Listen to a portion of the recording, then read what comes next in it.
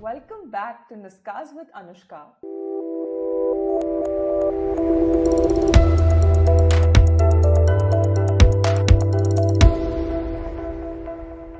where every story matters and every connection counts. At just 17 years old, she was bestowed with the prestigious designation of Brand Ambassador for Rwanda in India by the High Commissioner of Rwanda in India at that time, in recognition of her incredible humanitarian work with genocide survivors and refugees in Rwanda.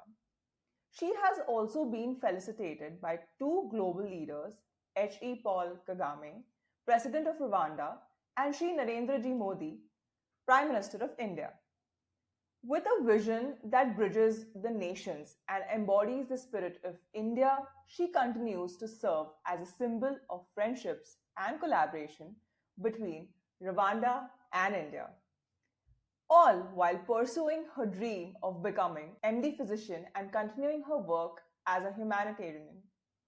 In this episode, we'll explore her remarkable journey, the challenges she's faced, and her vision for the future. So get ready for an awesome, inspiring conversation that will leave you motivated to make a difference. So let's welcome Neysa Sanghavi. Hi Neysa, welcome to Nuskas with Anushka. Hi, how are you? I am very well. How are you? I'm good. It's a little early, but I'm good. Awesome. So where are you connecting with us from, Neysa? I'm currently in Staten Island, New York. All right, that's awesome. And what time is it? It is 7, so it's not that bad, but I've been up all night, so I'm getting sleepy. Oh, all right. So I think let's just get into how's and what's about your journey and your life. So tell us, like, what inspired you to become a humanitarian and a leader in global health initiatives at such a young age, just at the age of 17? Honestly, I think the story goes back pretty much, but in summary, I remember that I grew up in Mumbai, so I had a very comfortable life. But at the same time, when my grandmother was going through, she had like fibrotic lungs, and when she was going through a lot of like medical care, we had an issue that actually led to her death. There was a lot of traffic on the road, and the emergency ambulance wasn't able to come to the apartment on time, and then we weren't able to get her to the hospital on time, and therefore her care was delayed. And I remember thinking to myself, I was only 10 years old at the time. I didn't really know a lot about like what even death meant, or like what that was supposed to mean in the long run. But I did ask my mom, like, why do we not go to the hospital at the right time? And she was just like, this is just how it is. You have to realize, like, there's a lot of traffic on the road. You don't control that. The only thing you can control is trying to call the right people and just leave it at that.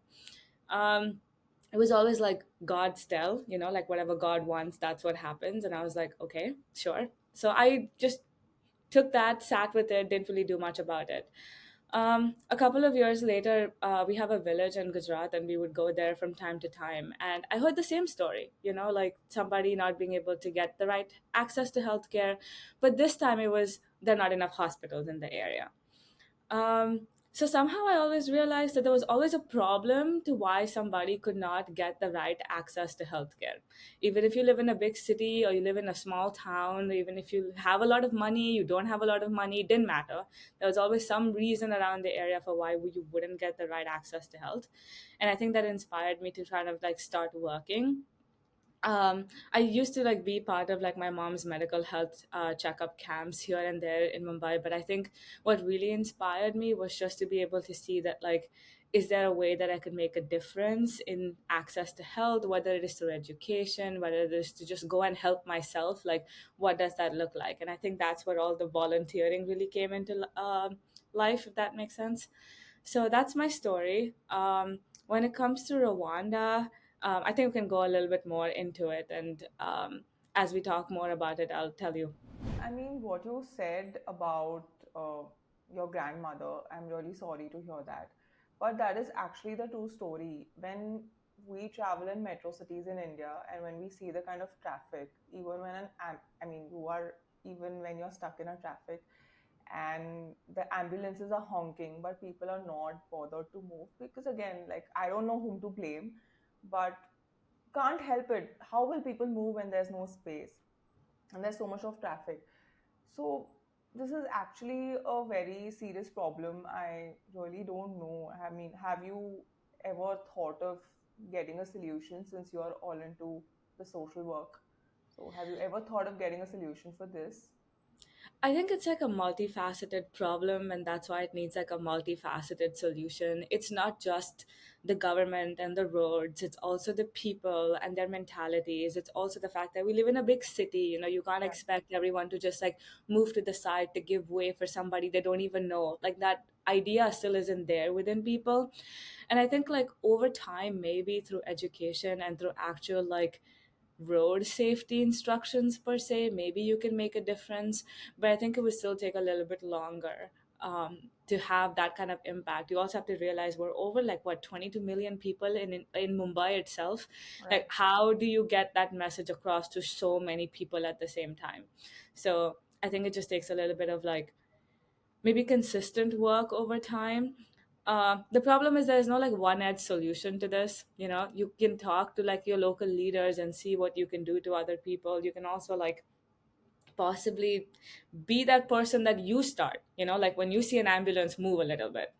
And I think it's like an individual effort at the end of the day that would make a difference. I think it's harder to make systematic changes at the moment because we're also like a growing economy. It takes a little bit longer to be able to have this rule be in place.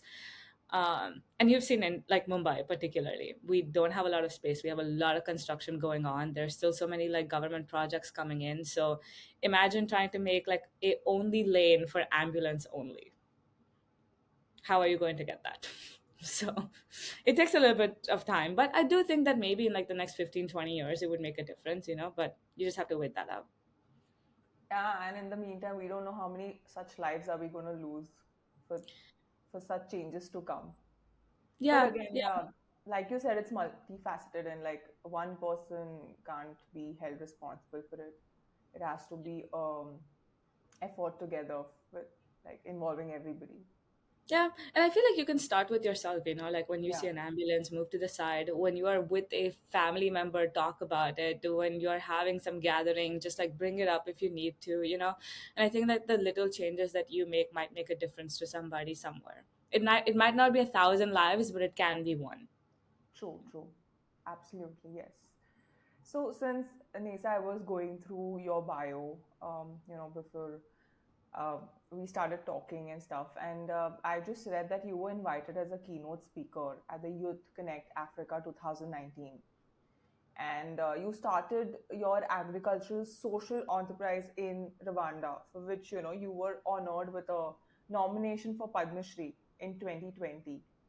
So please give us some insights into this event, and this is crazy. I mean, I would just love to hear all about it. Yeah, thank you so much.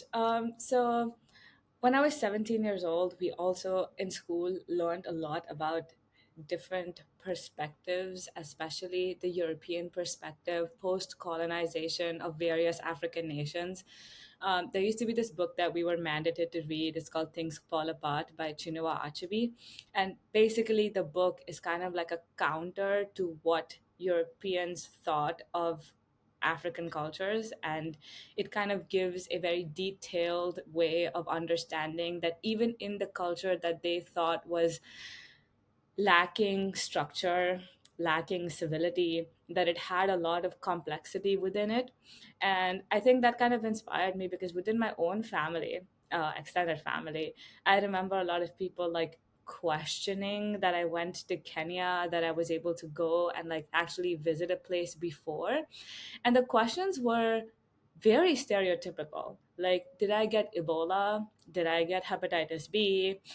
Um, was I like hurt in some way? Did people steal from me? Like, I think it was, I remember this one person even asked me if there were people still wearing like red clothes with spears. And I was like, no, I went to the city. Like, I did not see that.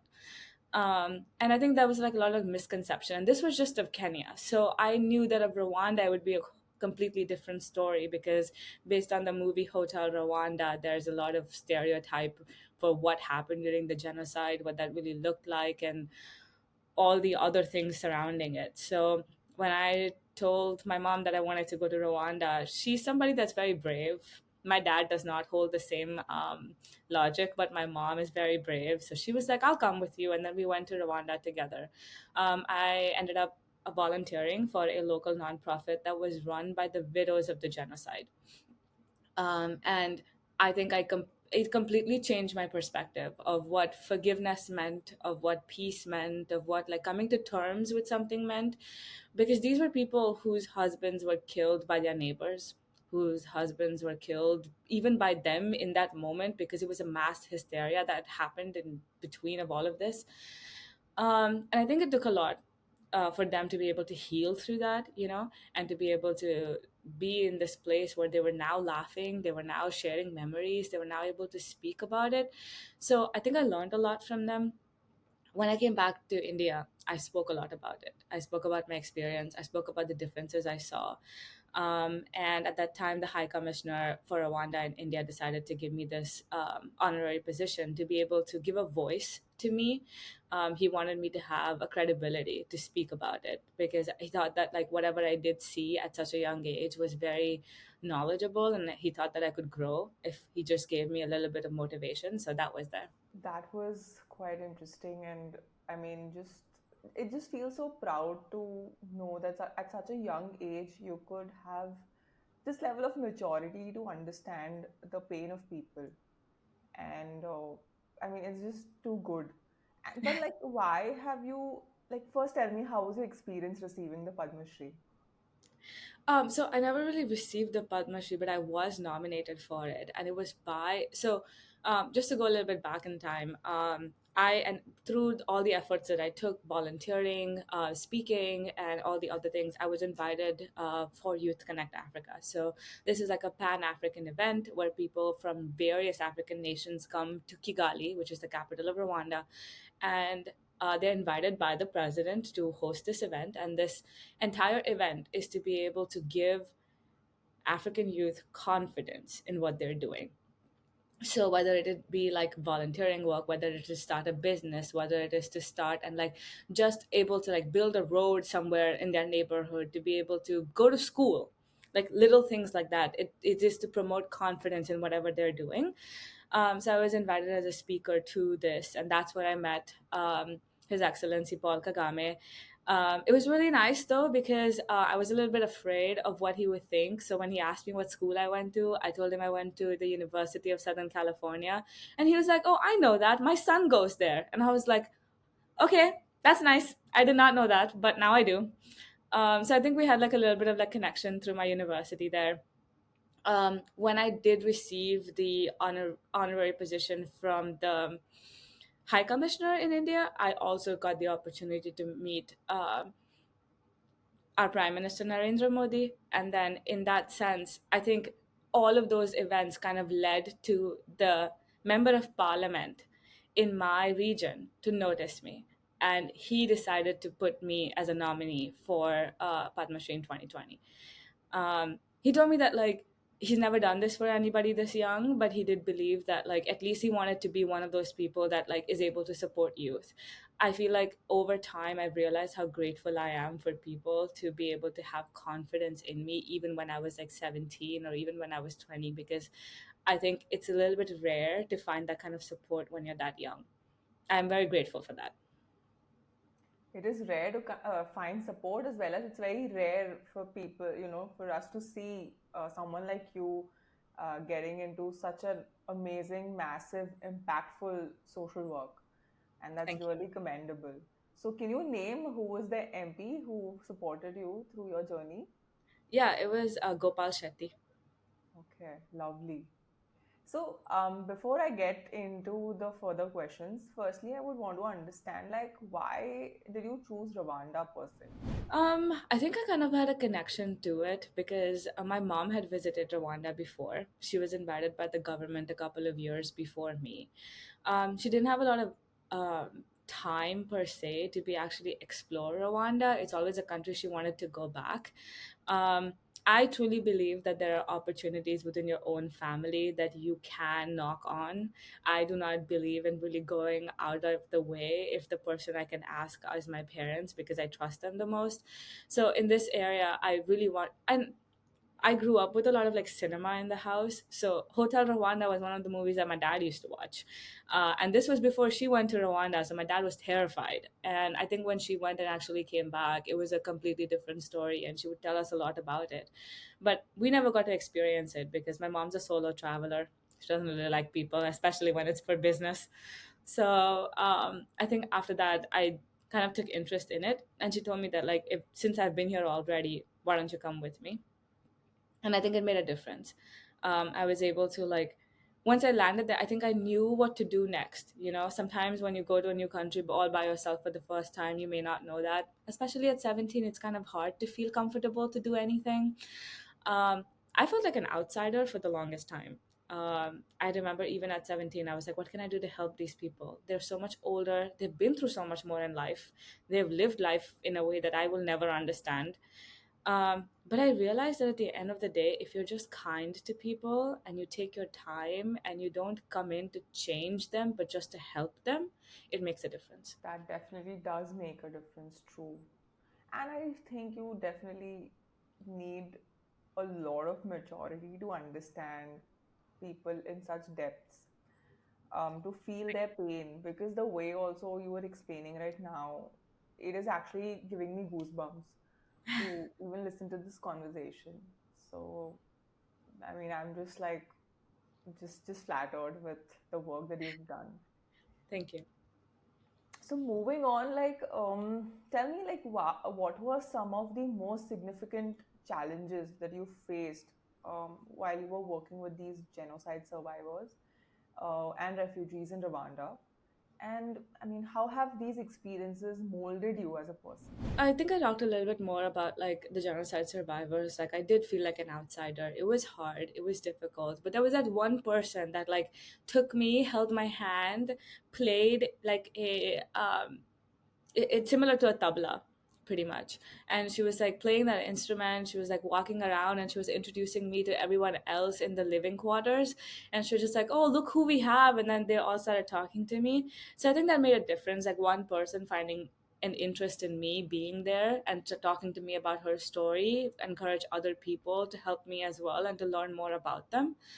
And I think when it came to the refugees, I was working with the United Nations on one of their like survey camps. So Mahama refugee camp was one of like the newest refugee camps in Rwanda that held over 60,000 people, and I was invited to the World Refugee Day as one of the speakers. But I came in a little bit early to see if I can help them in some sense, and I was able to like be part of this research that they were doing on malaria.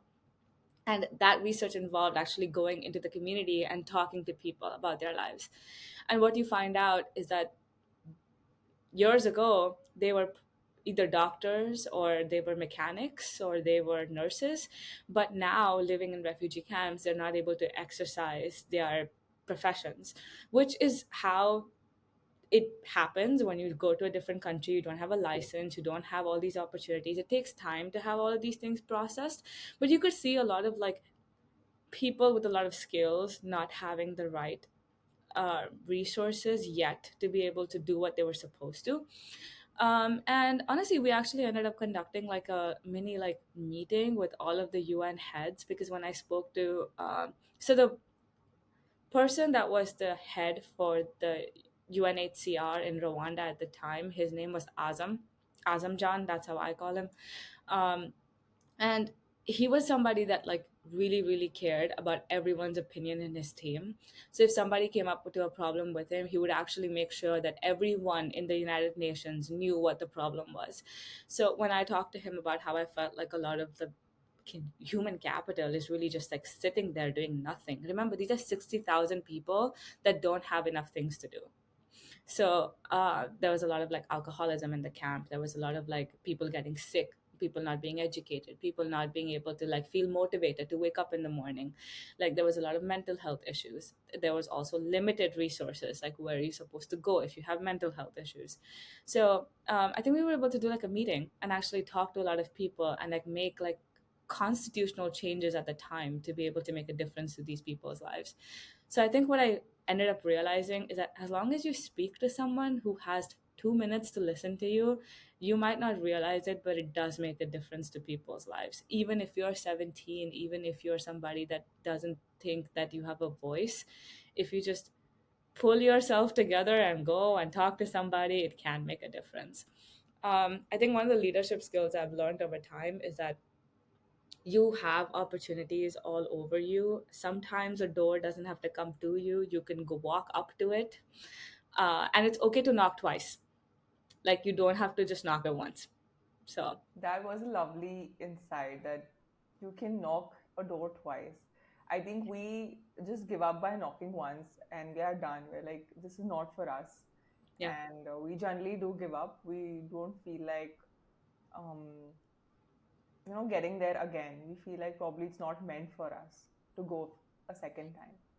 Yeah. And can I tell you, it's also like embarrassing because Yeah, you realize that, like, what you decide is like what you think of yourself, right? You think that you are not worth enough, like you were not worthy enough to get that opportunity, you were not like the right person. I feel like you start building so many excuses in your mind, but in reality the person was probably just busy at the time, you know. true. So I think we somewhere we all are victims of imposter syndrome, and we all have been like into it some or the other time in our lives. And I just want to ask you also that did this ever happen with you when you, of course, you took the first step, initiated going there, and you wanted to help people. That was your intention. But turning intentions into reality is also one big challenge, where, like you said, that people also need to accept you are from a different country altogether, a different person. You were so young. So did you face such particular challenge where people didn't want to accept you, or they were like, you are very small, like what will you understand about our pains? Did this ever happen? yeah, many times actually. But you know what? I feel like I always had like my parents' support through all of it. So ever I would feel like that, they would just like help me realize that like it's okay for someone to have their opinions. They also went through that in their life where they realized that maybe having a younger person wasn't the best on their team. Maybe they had past experiences that made them realize this. And maybe they're generalizing you in that category. Not everyone's going to take a second and to realize that you're different, that you might have something else to say. And I think that like when somebody older to you, your parents tell you that, you realize that okay, whatever, it was just like a one time thing, you know. And I think the best thing that my parents did was they never let me like continue that thought. Like the moment I would tell them that, they would be like, I think you're just overthinking. Like, I think you need to stop. You have to also realize that they have their own opinions just like you have yours, and that's okay. So I think I was very well supported, because anytime I doubted myself, anytime I thought I wasn't good enough, anytime I thought that I was doing the wrong thing, maybe I should just take a little bit of time, my parents were there, you know?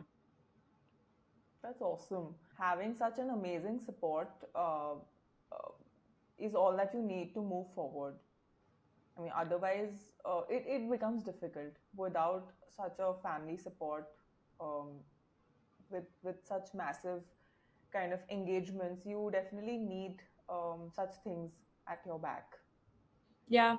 Honestly, like my dad and my sister, like they would always come into my room, and like every time I would feel a little bit sad, they would start telling all the stories that they have where people didn't listen to them, and look how far they came. And I was like, okay, I guess I can do it too. So I think that really helped. And I know that like when you're younger, it's better because you're actually receptive to that. I realize that like now that I'm getting older, I have a harder time listening to their stories and feeling motivated, because I feel like I have this sense of responsibility that I have to do it by myself. You know, everything has to be done by myself. I'm old enough now. But at least when you're younger, I think it makes a really big difference. So if anything, I would encourage all the parents in the world and their siblings to be able to like encourage people if they want to make a difference. Because what you say to your kid, what you say to your sister or to your brother, it makes a big difference. It does make a very big difference, and I don't know. There's a different kind of confidence when you have your people at your, I mean, at your back. You just have a different level of confidence to do and move forward in life, and that is what matters at the end of the day. I agree. So you were also you are also a special advisor to the Minister of Health, Women and Child Development for the government of Goa. So, like, what changes would you strongly recommend as an advisor to the Indian government concerning women and child development? To be honest, we've been working on a lot of projects that I'm not really at liberty to speak a lot about. But what I do personally want to eventually try to make a difference for would be education and having agency. And what I mean by that is a lot of times people go to the doctor expecting the doctor to take a lead in their health. Like, you go to a cardiologist and you have no idea what happened to you. You just go there to get a checkup. You don't know what they checked. You come back home and you tell yourself, oh, I went there once and this is done. Or like you go to your OBGYN, you go there, she checks a little bit here and there, and you say, okay, I'm done with this checkup. But you have no idea what she checked for, what she looked for. Like, nothing is really like thought of. And this is again personal issues. So my father, he has a cardiovascular disease. And till date, he goes to the doctor and he has no idea what he's checking. He has no idea whether he's checking whether his heart is strong enough to pump, or is it his arteries that are clogged. Nothing. He just goes there, the guy checks it, and he comes back and he's like, oh, I did it. And I was like, what did you do? Like, what did the doctor say? He's like, I don't know, here's the report. And I was like, so why did you go there? So like, I think it's like a big problem in our family. And then this is just like a personal story for somebody that was close to me. And she's an older lady. She, for a couple of months, realized that she had like a lesion on her breast and that was bothering her. She did not tell anybody in her entire family. This went on for like 6 months. And finally, when the person that was nursing her told the family, turns out she had like the worst kind of breast cancer you can think about. It was like inflammatory breast cancer. And when we talked to her about it, saying that you have access to so many people in healthcare, her son's a doctor, her daughter's a doctor, like she could have, her husband is a doctor, like she could have told anybody and it would have been okay. But she was like, no, I just felt really embarrassed. I don't like to talk about it.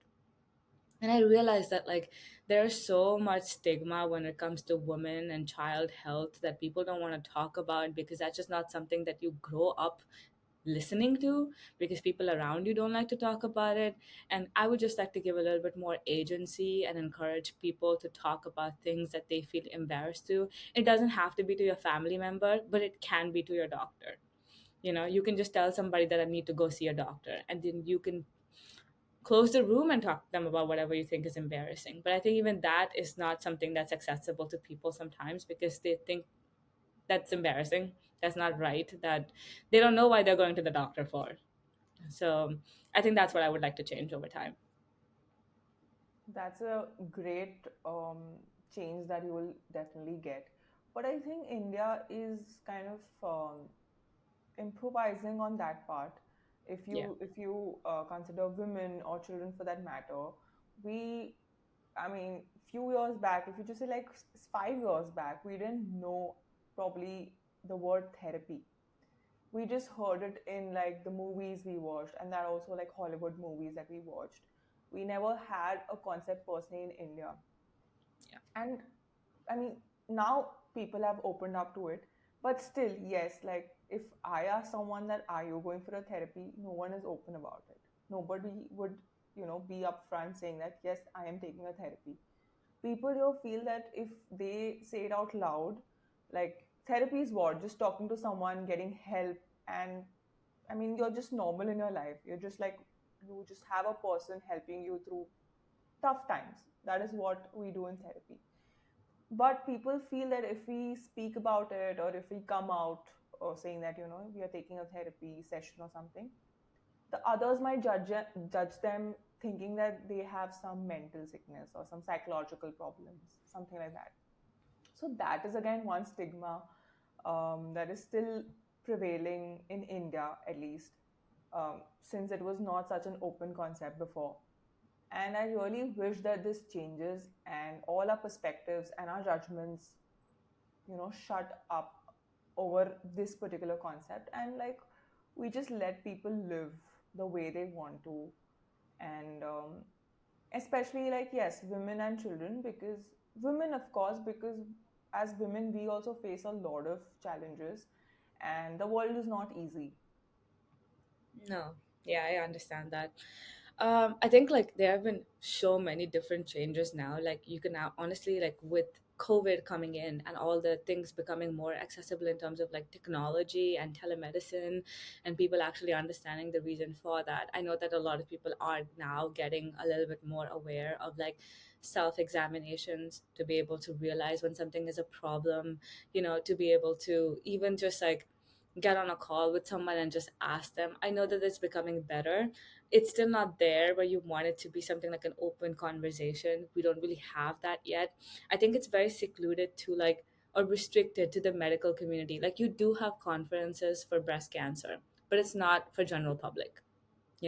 So I think to be able to have something, and this is just like one aspect, there are so many other things like um I'm currently on my OBGYN rotations. I feel like I know a little bit more about it now than before. But also with like sexually transmitted diseases, there's not something that like you can just go to a conference and learn things from. It has to be something you either like Google on your private thing or you be able to like talk to your doctor about it. But you have to make sure that you're away from all of your family members to be able to find out about it. And it's just that like over time, it can lead to so many problems and they're never good. So I think it's just like a little bit more like getting that stigma out of the way to be able to have a conversation about it would be something that I hope to help with. I know that some of the projects that we've been working on with my minister has been about that. So, since like you mentioned, you have been staying or located in New York right now, how do you manage all of these projects staying there? I mean, the ones based in India. I wake up at 5:30 every day. That would Oh, be one. okay. Um, and I do think I have good time management skills. And I think that like because of how rigorous of an education I had back since high school, continuing through college, I think I do take less amount of time to get through something that I need to get through to medical school. So that kind of helps me with it too. And then the support staff, like everyone at the ministry that helps me under like that realizes that I'm doing my MD and is able to help me out. Everybody at the embassy that understands that like today I won't be able to be at the meeting because I'm with a patient or something like that. I think that makes a big difference. It's not just my time management skills, it's everyone else's time management skills that helps me get my things together. Awesome, and that's really sweet of them to be such accommodating um, co-workers. I mean, as I would say, and but I really thought that you had to be on field for such initiatives. That was what I had thought of. So that's what I asked you the questions. I thought you travel to India also frequently. Do you? Honestly, it's been less. When I was at USC, my undergrad university, I definitely did travel a lot more. It would probably be like 3 or 4 times a year and for a long period of time. But since I've been in medical school, it's been impossible to. So I think for me, I realized it's like when I started initially, I had to be there. I had to be there or people would forget my name. People would forget what I was doing. Like it was a very like common thing because you have to realize in government places and in diplomatic places, like things move so fast. Today is different from tomorrow every single time. So I need to make sure that I was like showing face and stuff like that. But since COVID, and since medical school, I think I have like a decent, reasonable excuse to be like, I'm sorry, I'm not able to be there. But at the same time, like now we have this technology to be able to do this, and maybe we can get on like a Zoom call, or maybe we can get on like Google Docs, or maybe we can do like Net Docs and then get everything together. So I think it makes a difference in that sense. But initially, yeah, because otherwise people would not remember me, and that was a problem. So Absolutely, like you said, like it's the government at the end of the day, and everybody wants to be at the top when you are working in such, I mean, on such bigger platforms. There's of course there's certain competition that you also have to deal with. So, do you have any other colleagues around your age, or all of them are elder to you? all of them are older to me. Yeah, Okay. I'm the baby Oh always. wow, awesome. I think you get very different perks when you are the youngest in the whole group. Do you? I do. I do. Yeah, I get a lot of care. I get a lot of like yeah, understanding too. I feel yeah. like if I was at the same like pace as them or like age or in their field as that, it would be a different story. But you Yeah. know what I also think is like the reason why I sometimes get treated this way is because at the end of the day, my positions are honorary. Like it's by my like decision that I want to be able to help and serve, and I think that makes it Right. a bit different because I'm not as accountable as someone that gets a paycheck every single day. So I think that makes a big difference too. My benefits come more from me working on a single project than me working every day. So So, but are you getting paid for this, or this is just complete social work from your end? I would say that I get benefits for it. Like Okay. if I ever need help, anything financially to like travel, to able to like if I'm not able to like pay like my month to month expenses, I can always make a call and have them set aside some funds for me. um, I've been very blessed to never have to do that on a regular basis, but I can always ask. Like the good thing about this is that like because I do everything honorary and for social work, I can always like request something for me. But that requires a good relationship with the people that you work with, and that requires like a good outcome for all the work that you do. So I wouldn't really say that I don't get anything, because I get a lot of respect. No matter where I go, I am always able to take a stand. My minister is so like careful about my education, that even when it came to like me going to a medical conference, he made sure he arranged everything for me, and he was able to send like my business card, but it was like gold printed and everything, and I was just like, what? And he's just like, no, I need you to go there and people need to show you respect because you're doing such good work. And I was like, okay, thank you, like I appreciate that. So no matter where I am in the world, he makes sure that like I'm very taken care of. Whatever I do need to do, I am. And the best thing about this is because I'm so young, he thinks I'm able to get so much more knowledge. So he will always encourage me to go to medical conferences and things like that. And as a medical student, that's amazing. Like, what else can I want, really? Because the day to day, I don't even know where my Saturday goes or like my Monday comes. Like, I have no idea. Sometimes I have to check twice what the month is. But uh, until then, this is good. So.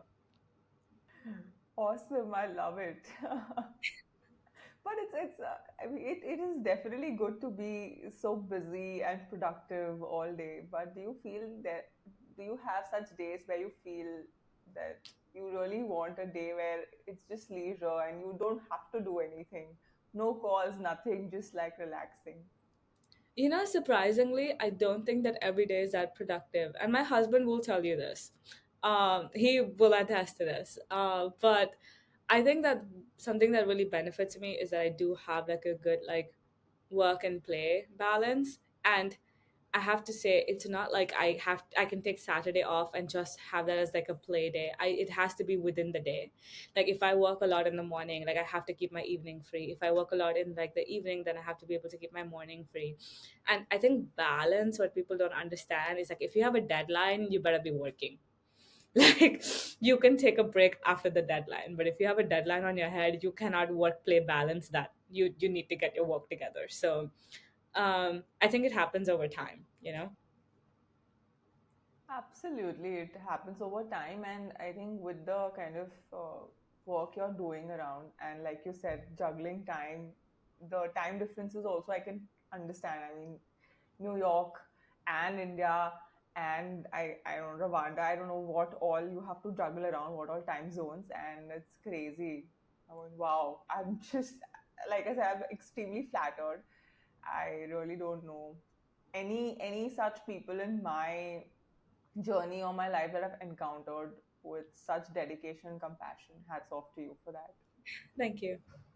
Do you have any new initiatives or projects that you're currently working on or planning to launch in the near future?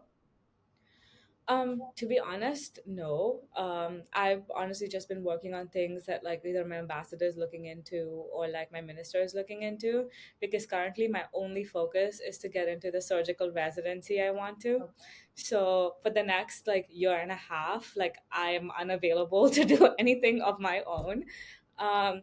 This year is really crucial for me because for the past like so if you really talk about like the medical timeline, it's very different from somebody that's going through an MBBS in India. So you do, after high school, so after 12th grade, you do 4 years of undergrad. And after doing 4 years of undergrad, you do 4 years of medical school to eventually get an MD, which is a generic degree, and then you specialize in something. So that specialization, again, depending on the field, takes 3 years to 7 years. It's a very long process, and this coming year would make like the biggest difference because it would allow me to match into whether I want to do surgery, if I want to do internal medicine, if I want to do OBGYN, like all of this thing will be decided in the next year. So for that, I have to take a standardized exam, and that would give me a score that would allow me to realize which specialty I can match into. So next year, I am only in my books. So I am not going to think a lot about other people for the next year. But yeah. That's a big commitment. And I know that you recently got married as well. So, I mean, that is crazy. How are you going to manage? You know what helps is that my husband's also a medical student. Oh, So okay. I Then never that's, have to, yeah, I yeah, never have to explain how busy I am because he's twice as busy, if not more. So we're good. that's easier. True that. Yeah. So now, like my last question to you is that what advice on Nuskas, as I call it, would you give to the young or younger people looking to make a positive impact in the global health or humanitarian work or any such social initiatives that they would want to get into? Um, I feel like I would tell them that it's okay to not be confident the first time you're doing something. It takes time to be confident with things that you're doing. You can always learn and be better. I always tell them, like, be open to criticism, but also don't take criticism from people you wouldn't look up to. Like, make sure that the people that are giving you feedback are people you want to be like. Um, I always get like very interesting advice from people around my family when I'm like, you don't even know what I'm doing. Like, where is this information coming from? So I would definitely make sure that the person that you're getting advice from knows what you're doing, you know? Another thing I would say that like keep your eyes open and like realize who is in the field that you want to go ahead in. Sometimes you don't know this, but your friends, family members might be part of the field that you want to go in. Whether it is like somebody that you talk to on the bus who might know somebody who might know somebody. Like there's always people that can connect you. And I think that like you should keep your mind open. You can always ask someone, you know, to be able to help you in the field you want to progress in. And that I don't believe in waiting for opportunities. I feel like if you need them, you need to be able to find a way to get them. You know, there's so much that you can have access to today. Like you don't need to wait for somebody to come and like hold your hand and to walk you through something. So I would definitely encourage that. And sometimes it's very scary to start, you know, because you're so afraid that you're not the best, you're not the person that has everything together, you're also not the person that's at the top of your field. But the thing is, you don't have to be there. You can start at the bottom, you can stay there for a little bit, feel comfortable, and then start going up. Like it's okay. So I think a lot of the times we rush things, especially today when everything is going so fast paced. It's easy to compare yourself to other people and be like, oh look, she did that in 2 years and I'm still stuck here. And that's okay. Like I think more importance needs to be placed that it's okay to take time to get where you want to be. So Those were a few lovely advices that you've given, especially the one with criticism. I just love it. That take criticism from the people you look up to. That is yeah. so true because we just, criticism is going to come from everywhere and it just pulls you down so badly that even if you want to start something, you just are deep down in your self doubt and self guilt that, Yeah. I don't know how it's going to happen for me. You know, like even when I'm in the hospital, like I always listen to the people like senior to me because in my mind I'm like, you got where I want to be, you know, Yeah. like, and at the same time, like you're older, you've probably seen more patients, you've learned more things than I have, and my level of like education is not at par at yours. You are at a higher level than me, and I will always listen to you. But at the same time, if I meet somebody that's not treating their patients right, I would not take bedside manner criticism from them. I'd be like, you know what, you're really good at everything else that you do, but this is not something that you're good at, and I don't want to be like you in this one. So I'll probably look up to somebody that's like good at treating their patients right than that. I think there's always like a difference and a line. Like, you can be like pieces of people. You don't have to completely embody one person. So Yeah, very true. Very well said. That your values also have to go in sync with the person you're looking up to. So certain values, like you said, knit and pick, choose accordingly what value suits your value system and from where you come, your background and everything. And of course, take the good things from people. Everybody has something good in them, and that's yeah, what we need to see. And I think everybody's journey is unique. We just need to start somewhere. yeah, And that is the most important thing, that if you're starting, you've already achieved one, at least one step you're up than where you were. So start, and your unique your journey can be unique, doesn't have to be like somebody else's. And everybody has their own challenges, their own limited resources. And I think that is what just matters. Just start wherever you are. yeah, yeah. I don't believe in like New Year resolutions per se, because I feel like Even I sometimes, don't. yeah, I feel like it's so hard to be able to stick to them, especially if you have something that is like every single day I'm gonna do this, and you're like, nah, that's not gonna happen starting day one. Um, but what I do believe is it's just like just write down like your goals for like what you want that year, and at the end of the year, just see where you're at. That would be like a good assessment to see like what you've been able to do over the year that you have accomplished, and then like something that I realized that like my husband encouraged me to do this year is because I was feeling a little bit like lonely per se in the things that I've been able to do this year because of how busy I've been with med school. Like every single year, you have to realize since 17, I've done something new. This year has been very quiet because of how much medical. Just walked into clinical. So I took my first like USMLE step one examination, the US license exam. I took the first one this year, and I just walked into clinicals. So it's been like a big journey for me this year, but because it's been a big journey, I haven't been able to do enough things. And I think something he like literally sat me down and made me do is like every month, he's just like starting January all the way to December this year, I want you to write down one thing that you've accomplished per month. And I realized when I did that, I did a lot this year. I just didn't realize that they were important enough for me to count as something I did.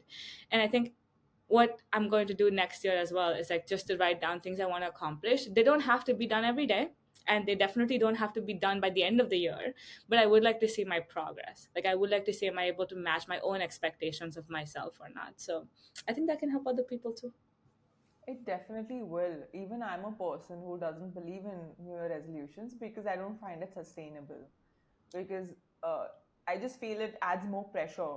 There can be a lot of different changes. There can be a lot of different circumstances. You never know what's coming forward. Yeah. And I think when you put it down, of course, like you said, this is a very good idea that even I loved, and I'm going to do it. That just write down whatever you want to do, and just at the year end just see like what all you could achieve and what more could you achieve, what you thought, you've not written it down, even that is possible. So that is lovely. And it was such an incredible conversation today. Just Thank like you. one last thing is that what is the best advice that you've received at the age of like 17 when you just started, which has always been through with you in your journey? Mm. It was actually by Mr. Ratan Tata. I met him on my 17th birthday, I believe. He spent like an hour with me, and like something he like hit really close because at that time I wasn't sure what I wanted to do in life. I was really good at economics and I really loved biology, but I had no idea what I wanted to do. And if you saw like my IB diploma subjects, you would see that this woman is just confused. Like she has no aim whatsoever in life. Um, and I remember I sat next to him and I was just like, I don't know what I want to do in the future. Like until now, I did all of this, and that's just been like my passion. It's been something that I like to do every morning. Like it hasn't had any greater meaning than that. But what I want to do for the rest of my life, I have no idea. And he told me that like because you're young, and then he said again, not only of your age, but because you're young in the field that you want to get into, it's easy for you to ask for help. because you're somebody that doesn't know what you want next. And he's like, when you grow and you become older and you become more like an expert in your field, it's harder to ask for help because people come to you for help. But when you're younger in your field, it's easier for you to ask for help. So always just like say, like, make that call, take that email. And then he always told me that, like, because I was that young at the age, he's like, right now I'll support you for anything and everything you want. Like, he gave me his number. He's like, you can call me anytime you want, and like I can be there for you. But he also told me that, like, when you do get older, it would be harder for me to support you. So right now, whatever you need, you can let me know. In the future, I don't know how useful I can be, but right now I can. So I think what I took from that is that when you're starting out, ask for the help so that you can get ahead. Ask for the help even if it's embarrassing, even if it's something you struggle with. Because you know what, I think we place a lot of importance in doing everything by ourselves. And I realized that the people that get ahead, the people that have like a head start, a booster up, or whatever you want to call it, is because they're able to like sit down and be like, who can help me the best, who is able to get what I want to. And that takes individual effort. I don't know if anyone's ever asked for help or like if you've ever done that, but just because you ask for help doesn't mean everything just happens. You have to put so much energy for that help to come and to make it successful. So I would just say that ask for help. Ask for help, true. You never know what can come your way. And since you were describing Ratan Tata ji's words, and I mean, I could just like, it's just like whatever we've listened about him, we've heard about him, it is so much, there's so much truth to it because he has always been such an amazing soul, and he's always helped everybody around him. And on his death, I mean the day he died, and it was, the world was full of like praises for him, and it was such an amazing aura to see people getting out all their appreciations and praises for him and what all work he's done. Yeah. So that's amazing. And I think this was an incredible, humbling conversation with you, Neysa, today. Thank you. And for being such a, I mean, from being recognized as a brand ambassador for Rwanda and India at such a young age to fostering like meaningful ties between the two nations, your journey is a testament to the power of compassion, determination, and a global vision. Thank you. As we heard today, bridging cultures and serving humanity goes beyond titles. It's about taking action and inspiring change. Nisa embodies all of these qualities so beautifully while also balancing her aspirations of becoming an MD physician and continuing her humanitarian work. So, if you enjoyed today's episode, don't forget to like, share, and subscribe to Nuskas with Anushka for more such inspiring conversations that educate and empower. Thank you so much for tuning in today. Follow me on Instagram. And until next time, stay curious, stay receptive. Bye bye.